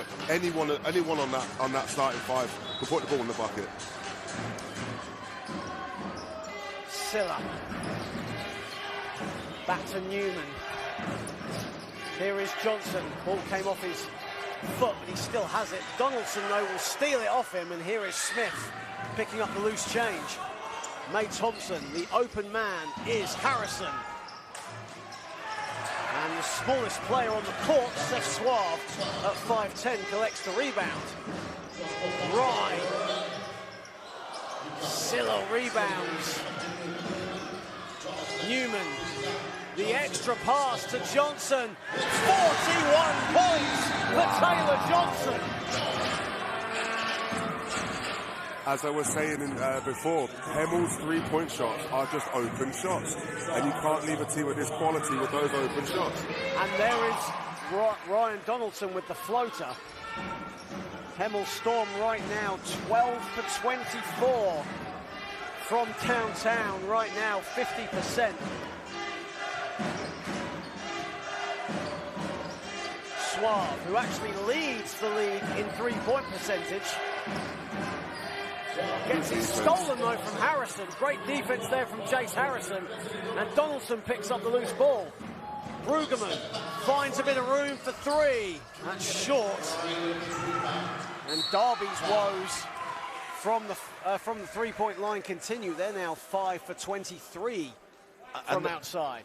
And you know, Hemel are going to require you to shoot the basketball very well to beat them. It's that simple.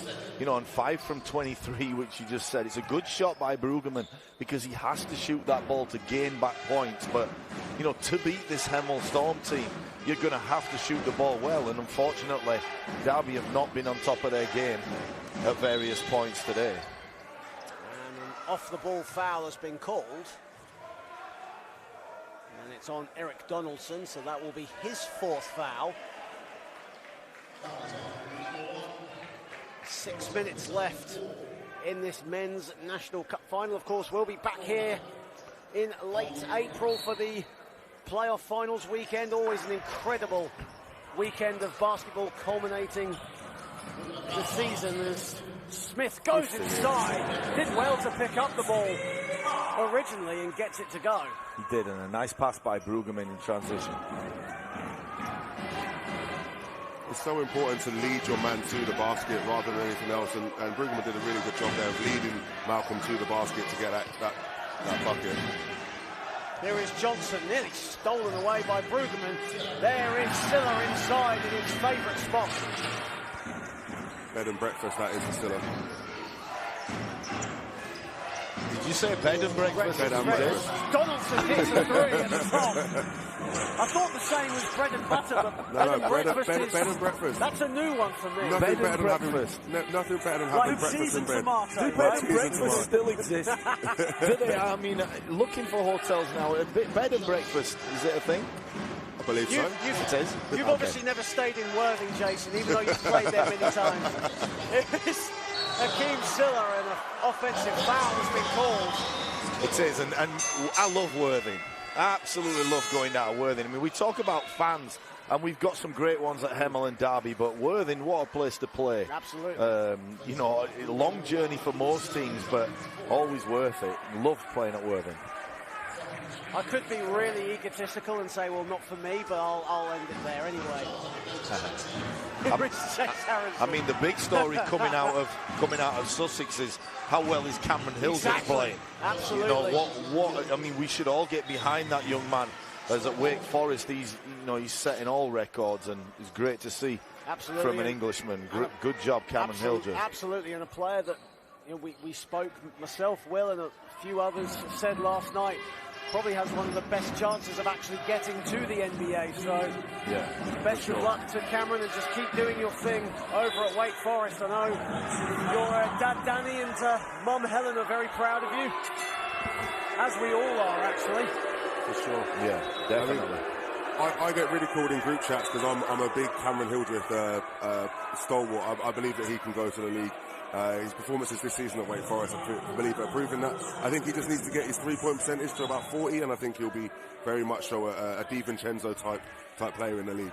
I hope that there's not too much pressure on that young man, because, you know, he's still a young man in college, still enjoying playing. I'm sure his mum and dad value him as just a person before a basketball player, and just, you know, let's just enjoy seeing him play right now, and, you know, it's good for all of us. Sorry, John. As we were talking, Derby fans booing as Chase Harrison goes inside. This is the layup, and Silla with the rebound, and Derby fans were thinking that Hakeem Silla should have been fouled out on that last play, but the referee's saying no. I'm unsure who the actual foul was on. So you can fault Derby for how they've played. You can say they didn't shoot the ball well. They let the ball go down the middle. But one thing you cannot question is the effort. They're still playing. Zach Harrison misses the floater and gets back and disrupts on defense. For sure. 4:12 remaining. Hemel still well on course to hit the 3 digits as they've done for the majority of their games this season. In fact, over the last 7 games, only one team has kept them under 100. Will, do you want to take a guess as to who that was? I'm not sure. It wasn't but a Div 1 team either. It wasn't a Div 1 team that kept them under 100. Now no? you know who it is. Now we know who it is, yeah. Exactly that. Yeah. Yeah, you want to guess, or? Yeah. Shall I just tell you? Yeah, you should tell me. Milton Keynes Breakers, Who's there you go. Oh, there we go, yeah. I've already given Milton Keynes their stripes. They're down the road. I don't want to give them too much props. Johnson got it stripped off him from Dietrich as the shot clock expired. May Thompson driving at Ryan and scores.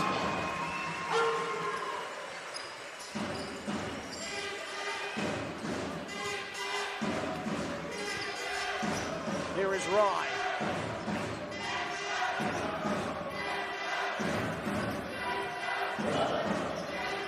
Rye putting the moves on Smith. Smith bumping his man a little too much for the referee's liking, and Aaron Rye will go back to the foul line. And this is where Drew Spinks' recruitment is evident, because Drew was a smart player too, and you know, you're having Aaron Rye handle the basketball out top, which provides a mismatch, means Malcolm Smith needs to come out of his comfort zone and stay and play out on the perimeter. And late in this ball game, that's the last thing that Derby want, and Drew Spinks and Hemel know that, and they're quite happy to be smart about it. So good play by Hemel. Hemel, a 71% foul shooting team for the season. Here is Harrison. Harrison on the spin, the up and under. Beautiful move from Jace Harrison. Nice play. And once again, we see Aaron Rye handling the ball, which means May Thompson has to come out and play the point guard. Rye muscling his way in and a foul. And we've seen that throughout the season. If you've watched Hemel Storm games, Aaron Wright, not surprising to actually see him bringing up the ball precisely, Jason, for the reasons you give. So it brings the big out so he can drive to the hoop. He's done it so many times. It won the game for them against the Worthing Thunder alongside the block from Aqua Davis. It's a great point you made, because yes, they're doing it now to kill time, but at the business end of games, they've done it so many times where he's been the focal point of the offense, handling the basketball, and what a luxury it is having you four-man being able to do that. And that score from Aaron Wright brings up the 100 for the Hemel Storm. May Thompson, good defense there from Taylor Johnson. Newman. Final 3 minutes of the Men's National Cup final here in Manchester as a foot violation was called, as Taylor Johnson denied 43 points to his 41 already. Taylor's ability to curl off of a screen is ridiculous. One of the best off-ball movers in the NBL is Taylor Johnson. I don't think there's any doubt about that, especially with, like you said, his ability to curl off double screens or single screens. Newman, one on the shot clock. The Hemel fans almost leapt out of their seats if that was going to go in. Yeah, and going back to Taylor Johnson, you're right, all the good ones can move without the basketball. There's 5 guys and only 1 ball, and he understands that, and he's perfected the art like a, you know, dare I say it, Steph Curry-like kind of movement without the ball. And yeah, he's been fantastic today. I'd give you Manu. I'd give you Manu with his movement. The way he moves off the ball and the way he cuts to the basket is very Manu-like. Are we going to say Manu is better than Steph Curry? I'm just saying in comparison to how Taylor moves. I'm not going to say that. Or maybe a Jason Swain-esque. I mean, cut round for the open three at the top, maybe not. So I was very pleased with how I played, but being in the same conversation is ridiculous. Steph Curry and Manu. I didn't say it. You two mentioned that, not me. I didn't mention a single thing. I appreciate you, John, and yeah, I take the compliment, but let's not get carried away. Jake Wilmot comes into the game for the first time for Derby as Jonas Dietrich takes a seat. And Ryan Donaldson comes back into the game for Ryan Brueggemann. And Hemel will also bring in the changes as well, as their bench will be filled out for the final, round about the final 90 seconds. Sam Newman, what a game Sam Newman has had on his birthday. Absolutely no doubt about it. 17 points, hasn't scored in the second half, but has dished out 16 assists. And Harrison puts in a 3. As Nick Allen, Cavell Hawes, Jack Burnell check into the game, and Romario Spence brings out the 5. So Taylor Johnson will end on 41 points. A surefire National Cup final MVP performance from Taylor Johnson today, but great to see the local players for the Hemel Storm see some court time. Cavell Hawes, of course, a product of the legendary City of London Academy program, and Nick Allen, a product of the Hemel 2 team from the lower divisions, getting some time here on the court. Great to see. Yeah, it is great to see, and you know, long may it continue that young English players keep coming through. But just to mention on Romario Spence, you know, great career coming out of Oklahoma City, graduated, and it's his first year, and you know, I'm a bit like, feel sorry for Romario because he's come into a team that's loaded with talent. I think he's got a lot to give. You know, we'll see him do well in the future, no doubt, and another one of those exciting players coming out of college. Here is Wilmot, falls to the floor, and Nick Allen gets his hands in there as well. I mean, I played Nick when we won D3. We played Nick. He was in our conference, and Nick's he's a good player. I'm surprised he didn't get a little bit more minutes here. He's a decent little player, but obviously when the starting 5 is what they've got at Hemel, I can understand why he's coming off the bench the way he is. But yeah, he's a solid little player, and I've not really seen much of Cavell, but it'd be interesting to see what I see now. Perry misses everything with his 3-point attempt, and the Hemel Storm fans just politely letting him know about it. That's not his game at all, Perry, there. There's around a 10-second differential between the shot clock and the game clock. Of course, academic now, as Allen has the ball. Allen driving to the hoop, goes glass, too short, and Wilmore rebounds. You can see the Hemel fans on the bench just, we're nearly going to rise to their feet. However, shot clock is turned off, and the Hemel Storm have picked up the first bit of silverware for the season. Hemel Storm, 2023 National Cup winners. Congratulations to them. What a performance, as Taylor Johnson leads all with 41 points. Sam Newman with 17, Akeem Silla with 11, Aaron Rye with 19 as well, not forgetting him. For the Derby Trailblazers, Malcolm Smith with 27. And then you've got Raheem May Thompson with 12. But Derby can hold their heads high. They fought all game long, but the talent, the depth, and the quality of the Hemel Storm shone through in the end today. It did, and I mean, we're doing Hemel as a team a disservice to just focus on Taylor Johnson. There were so many ingredients went into not only this game, but the cup run they've had.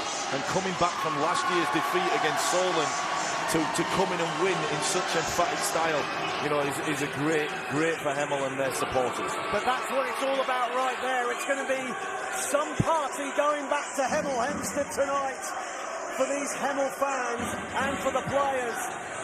And it's been an incredible, it culminates an incredible weekend, doesn't it? Well, we've been here for the entire weekend. We've seen some fantastic basketball, some great narratives, some fantastic highlights all the way through that many media outlets that are here today have put on social media and their websites respectively. But Hemel, unbeaten in the league, they continue their unbeaten run. Who could stop them at this rate? I think you've got Derby. I think will reassess it's the first time they've played them this season. They'll reassess what went wrong. They'll see that, they'll look at that and see that Taylor had 41, but they kept Ray quiet until the fourth quarter. They'll see that Sam had a good game. They'll look at that. Derby won't be disheartened by this game. They'll come back again. Look, I wouldn't be surprised if it's a closer game when they play Derby. When Derby take them to their place. And I'll also be interested to see when Worthing go to Hemel to see how they get on. Jason will take his leave now to try and get someone from the Hemel Storm.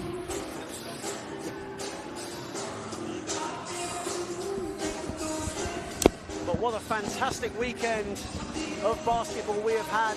Every game as well. Well competed, well fought.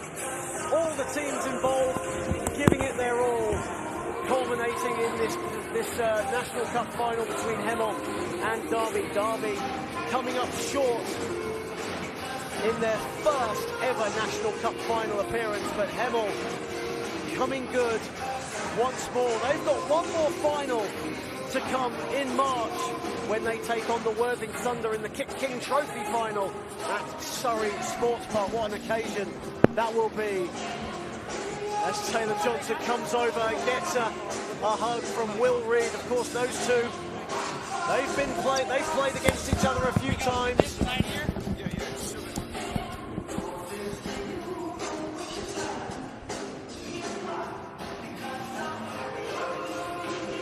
And we will now join Jason, who is with Taylor Johnson.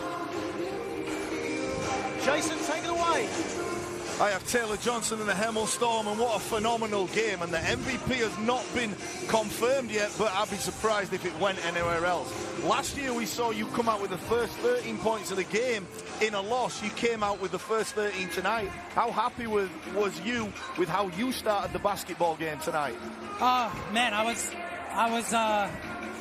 just playing. I wasn't even thinking how it started. I was just playing, because last year, like you said, we were so close, and coming back here, being in the same gym, it just reminded me that we had some unfinished business, and everyone, we got it done today. And it seemed like at times you were just the best player on court. But let's not forget Aaron Rye, who was so unselfish, and he's been the guy, and he facilitated a lot for you. How good has he been this year? Excellent, man. He's been excellent. He's attacking. He's just another option for us. He's finding guys. He drives when people help. He throws it out. He's been a machine on the boards. Yeah, man, it's been awesome having him, playing with him again. Taylor, you had 41 points today. It was an amazing display of you moving without the ball, getting to the foul line, everything a professional scorer can do. I don't want to keep you anymore. Just congratulations. Enjoy the moment. Enjoy the rest of the season. Thank you, sir. Taylor Johnson forever the consummate professional as we see the post-game ceremony begin, and the table officials doing a fantastic job alongside the officials today. The table officials led by former Sussex Storm junior coach Barney Blake and current Bristol Flyer Chloe Hynett. Great job by those two and everyone involved today. And the officials, a great job that they've done as well. And Will, it's been a tough weekend for the officials and the table officials, but professional as always, an absolutely sublime job. Yeah, but been fantastic. The refereeing over the last couple of days I've been impressed with. It's nice to see the table officials get their rewards with their medals that they get. But yeah, I think for England basketball to continue and to be a success, the level of refereeing that we've seen over this weekend needs to continue. Absolutely so. Unfortunately, there has to be a runner-up whenever there is a final, and Derby Trailblazers are this year's runners-up. Nothing to be ashamed of. A fantastic performance by them as they come and get their runners-up medals. Eric Donaldson, of course, Dick Donaldson, his father, so proud of what he's accomplished so far, and he collects his first medal as a Derby Trailblazer. Of course, Ryan Brueggemann, Charlie Brown, Jace Harrison, Malcolm Smith, accomplished National League players. No doubt they will be back on the big stage, as well as Raheem May Thompson and Matt Shaw, one of the best coaches in the National Basketball League, and a guy who is looking to facilitate a new basketball arena in the city of Derby, alongside some incredible volunteers at that basketball club, most notably CJ Harriet Marriott, who is the widow of the late great Clarence Wiggins, keeping his legacy going through this great sport. Of course, CJ was honoured for her services to basketball in the community of Derby. No doubt, though, the Derby Trailblazers will be back, won't they? Yeah, for sure. I mean, they've got a nice little programme in their junior and the EABL as well. So, I mean, one guy that's from Northampton is at Ben. He can't speak enough highly of Derby. So Derby, like the likes of Perry and a few others that they've got coming through the ranks of their academy, Derby will be back. They've got a nice little, they've got a nice club down there at Derby. Always at the top end in D1 as well. And of course, the winners, the league leaders, the unbeaten Hemel Storm, as they collect their winners' medals, the first of the season. Many are saying it could be a potential sweep this season. Of course, there'll be other teams that might have something to say about that, but with the record they've got right now, the performances they're putting on, it's hard to argue that point right now. Yeah, I mean, especially after the Worthing game and the fact that they grinded that Worthing win out. I know Worthing for sure, a few of the guys on that team, they're going to be itching to play them away at Hemel. It's going to be interesting, that game. I'd love to see that on NBL Live. It's going to be interesting. I mean, Solent for the last 3 years previously, at the start of the season, you looked at the roster and was like, it's going to be hard to beat them, and they went undefeated a couple of times. I can see this Hemel Storm team going undefeated, but at the same time, there are a couple of teams in D1. I'm pretty sure that I'd be butchered if I didn't mention the likes of Worthing and TBC and others. So yeah, it'll be interesting. So Worthing, Hemel and Derby still yet to meet in the league. They will meet in a few weeks' time.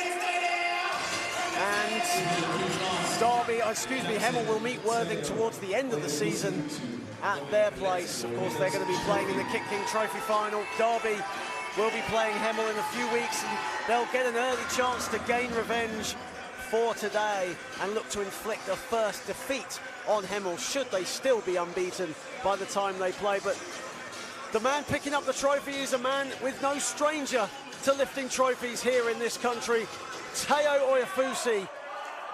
He's won pretty much wherever he's gone, and here he is once more, lifting the National Cup for the Hemel Storm.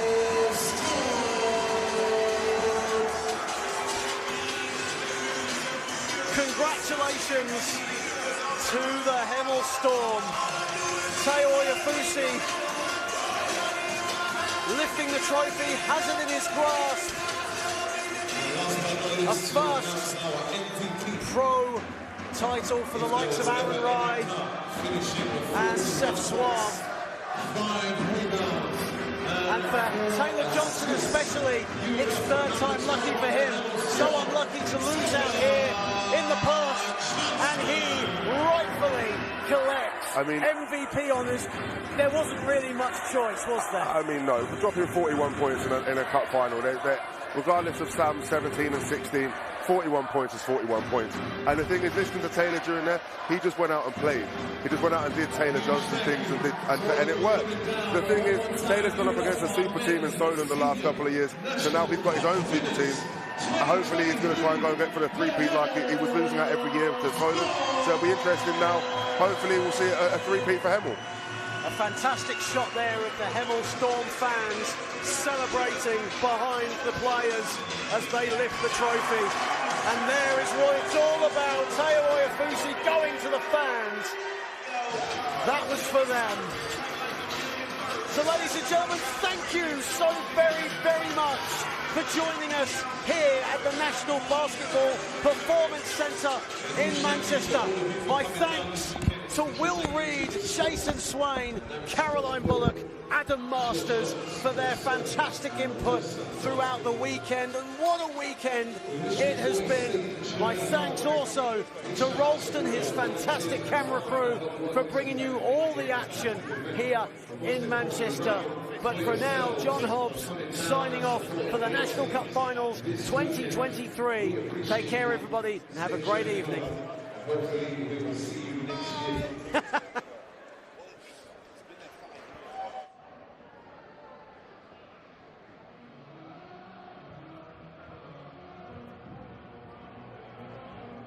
Big shout out to our entertainment crew for this weekend, moving and losing, Big Dog Boy. I've been your host, Stern. Make sure you go check us out at bigdogboy.com, and make sure you